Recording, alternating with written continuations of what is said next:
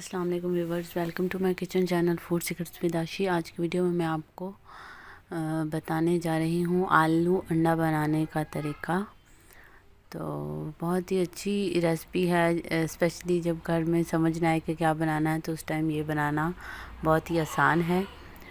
तो इसको शुरू करते हैं। इसके लिए मैंने ये 5 आलू लिए हैं, छील के रख लिए हैं, 2 टमाटर काट के रखे हैं और एक मीडियम साइज़ का प्याज और कुछ हरा प्याज रखा है और 1 कप दही का रखा है।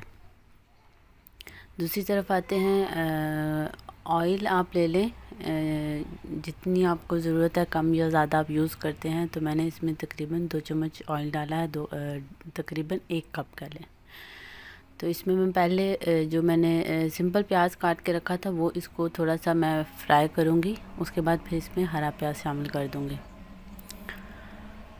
इजी रेसिपी है, 10 से 15 मिनट में तैयार हो जाती है। तो थोड़ा सा हरा वो प्याज सिंपल वाला फ्राई होने के बाद मैंने जो हरा प्याज काट के रखा था सारा नहीं डाला, थोड़ा सा बस आपको जितना हो ज़रा इसका टेस्ट आता है उसमें, तो इसलिए आप चाहें तो स्किप भी कर सकते हैं हरा प्याज। दूसरी तरफ आते हैं, जब तक हमारा प्याज ब्राउन हो रहा है हम आलू काट लेते हैं। आलू के टुकड़े आप अपनी मर्ज़ी से छोटे या बड़े काट कर सकते हैं। तो मैंने थोड़े बड़े साइज़ में काटे हैं।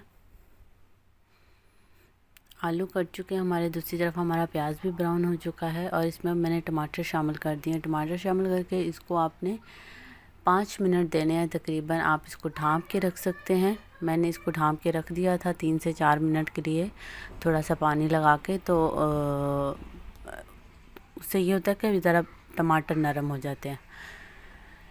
अब मसालों की तरफ आते हैं। तो मसालों में मैंने 1 चम्मच लाल कुटी हुई मिर्च, हाफ़ टी स्पून मैंने हल्दी पाउडर और 1 चम्मच 1 टेबल स्पून मैंने धनिया पाउडर डाला है इसमें। 1 टीस्पून नमक जाएगा। नमक आप अपने टेस्ट के हिसाब से कम या ज़्यादा कर सकते हैं। और साथ मैंने हाफ़ टी स्पून तकरीबन हाफ़ टी स्पून मैंने रेड चिली पाउडर भी डाला है। हाफ़ टी स्पून कलवंजी जाएगी और 1 चम्मच लहसुन अदरक का पेस्ट। आप फ्रेश भी डाल सकते हैं, मेरे पास बाज़ार का था तो मैंने वही डाला है। तो मसालों को अच्छी तरह भून लें। मसालों को भूनने में ज़रा 2 से 3 मिनट लाजमी दें, क्योंकि मसाला जितना अच्छे से भुना होगा आपका उतना ही अच्छा खाने में टेस्ट आता है। तो मैं साथ साथ इसको मैश भी कर रही थी, प्याज और टमाटर को भूनने के साथ साथ 3-4 मिनट तक मैंने मुसलसल इसको मैश किया है। तो जब आपको लगे कि ये मैश हो चुका है तो 5 मिनट ज़रूर दें मसाले को, कम से कम 5 मिनट दें। और उसके बाद मैंने इसमें आलू शामिल कर दिए और अब आलू के साथ भी इसको 5 से 6 मिनट तक मैं भूनूंगी। उसके बाद मैं इसमें पानी शामिल करूंगी। साथ ही आप लोगों से रिक्वेस्ट है कि प्लीज़ हमारे चैनल को ज़रूर सब्सक्राइब करें और हमारी वीडियोस को लाइक और शेयर करें। अगर आपको मेरी रेसिपीज़ अच्छी लगती हैं तो मुझे कमेंट करके ज़रूर बताएं। आप अपना फ़ीडबैक ज़रूर दिया करें, ये आप लोगों का प्यार है। अगर आप अच्छा या बुरा जैसा भी चाहें आप कमेंट, आपको जैसी भी रेसिपी लगती है, गलत लगती है या सही लगती है, आप हमें कमेंट करके ज़रूर बताएं।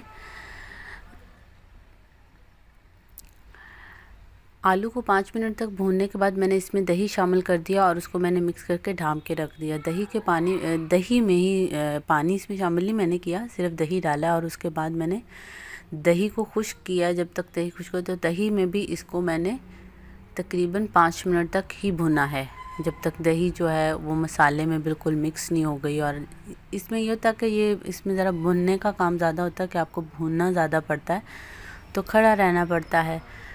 थोड़ी थोड़ी देर बाद आप चम्मच ज़रूर हिलाते रहें। तो ये इसमें आधे से ज़्यादा आलू गल जाते हैं। तो फिर जब आप पानी डालते हैं तो इतना आपको पानी डाल के बहुत ज़्यादा पकाना नहीं पड़ता। तो मैंने इसमें 1.5 कप पानी डाला है। आप मतलब मुझे इतना ही चाहिए था, इसमें से भी कुछ खुश्क हो जाएगा जब तक ये पकेगा थोड़ी देर में। तो ये हमारा ऑलमोस्ट रेडी है खाना, ये आप देख सकते हैं। तो मैंने इसको 5 मिनट तक पकने के लिए रख दिया था। तो आलू मैंने चेक कर लिया, वो गल चुके थे। तो अब हम इसको सर्व करते हैं। साथ ही मैंने 4 अंडे लिए थे, वो मैंने बॉईल कर लिए थे पहले ही। तो खाना सर्व करने बहुत ही मज़ेदार है। आप देख सकते हैं ग्रेवी बहुत अच्छी बन गई है और मिक्स भी हो चुका है सारा मसाला, कोई मसाले ऊपर सामने नज़र नहीं आ रहे। आप चाहें जैसे भी अंडे डाल सकते हैं, उनकी बारीक कटिंग करके डालना चाहें या साबुत डालना चाहें। तो मैंने इस तरह से कट करके इसमें डाल दिए हैं।